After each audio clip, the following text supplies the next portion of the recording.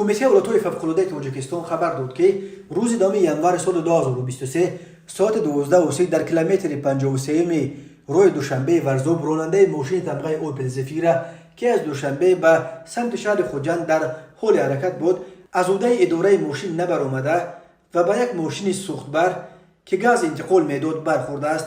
در نتیجه این صدمه 6 مسافر اوپل مجروح شدند. کارمندان بخش نجات کمیته ولایت‌های فوق‌العاده آنها را از داخل ماشین صدمه دیده بیرون آورده به بیمارستان نویه ورزاب انتقال دادند. متاسفانه یک بانوی مسافر بر اثر جراحات وزنین در راه انتقال به بیمارخانه جان خود را از دست داده است. مقامات حفظ حقوق سبب این صدمه مودش را تفتیش میکنند. این صدمه مرگبار در حال رخ داد که روز دوم ینور در بسیاری از قسمت‌های تاجیکستان برف زیاد بارید و این رفع آب واسطه‌های نقلیات را سخت مشکل کرد. در راه دوشنبه خوجند چند روز باز پیام ترمه می‌فرماید و اینک چند دفعه باز رفع آب نقلیات را برای چندین ساعت مسدود می‌کنند. کمیته ولایت‌های فوق‌العاده با نشر خبر صدمه مرگبار در ورزاب بار دیگر از رانندگان خواسته است که هنگام حرکت در راه‌های کوهی در چنین روزهای برفی و سرد جداً قاعده‌های حرکت راه را رعایت نمایند.